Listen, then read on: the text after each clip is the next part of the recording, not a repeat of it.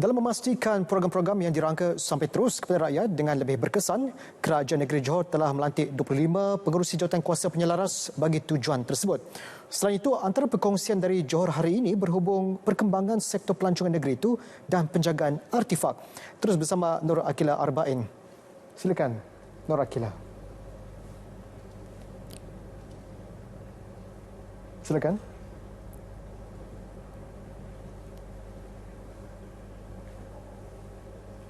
Baik, terima kasih Kamal.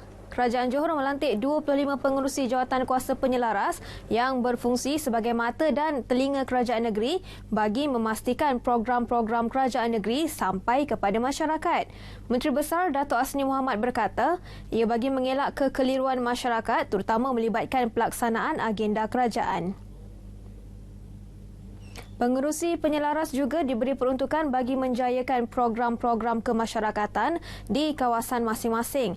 Peruntukan bagi membolehkan segala bantuan diterima cepat terutama melibatkan mangsa-mangsa bencana seperti banjir.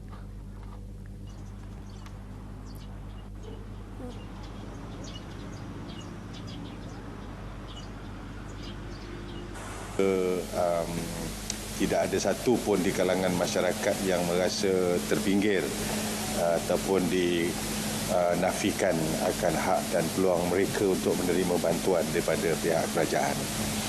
Jadi itulah yang menjadi perkara pokok tujuan dan juga matlamat kerajaan melantik pengurusi jawatankuasa penyelaras DUN di negeri Johor.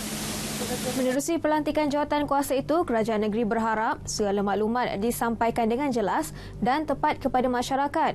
Beliau turut memaklumkan pelantikan pengerusi penyelaras bagi kawasan Pulai Sebatang dan Pekan Nenas akan dilaksana sedikit masa lagi bagi melengkapkan kuota 27 lantikan berkenaan. Tourism Johor merekodkan peningkatan pelancong domestik sebanyak 18% sejak sektor itu kembali beroperasi bulan lalu. Walaupun aliran trafik pengunjung ke negeri ini perlahan, namun ia memberi petunjuk positif kepada pembangunan ekonomi pelancongan Johor. Timbalan pengarahnya Afzan Azhari berkata, 12 penerbangan domestik ke Johor membantu kehadiran pelancong dari seluruh negara ke negeri ini. Antara lokasi tumpuan pelancong di Johor ialah 9 pulau di Mersing dan kepelbagaian Taman Tema. Pada produk-produk yang kami ada, kita mengharapkan produk-produk pelancongan yang ada di Johor mampu sustain dan bertahan untuk menyambut kedatangan tetamu lah. Setakat ni kami masih lagi bertahan.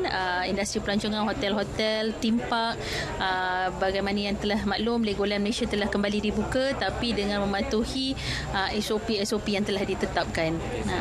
Beliau turut memaklumkan bahawa agenda Tahun Melawat Johor 2020 dilanjutkan sehingga tahun 2022.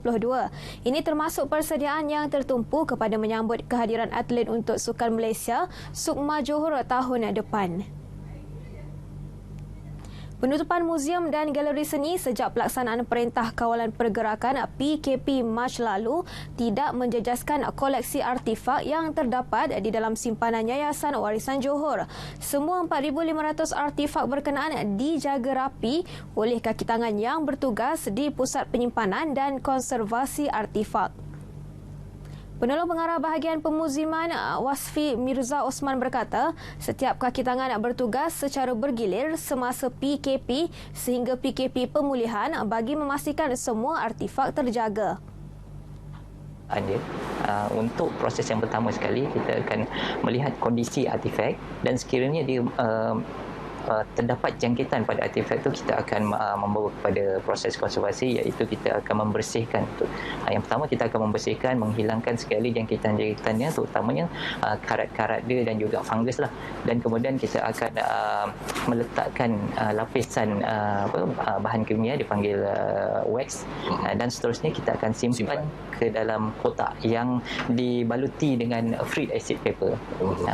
Menurutnya, kaki tangan menggunakan alat pembersihan tradisional bagi membersihkan artifak yang kebanyakannya berusia lebih 50 tahun. Ia termasuk penggunaan limau nipis untuk membersihkan karat pada besi-besi senjata lama. Sepanjang PKPP, semua 3 muzium dan 3 galeri seni kendalian Yayasan Warisan Johor kembali beroperasi seperti biasa, mematuhi prosedur operasi standard SOP yang ditetapkan.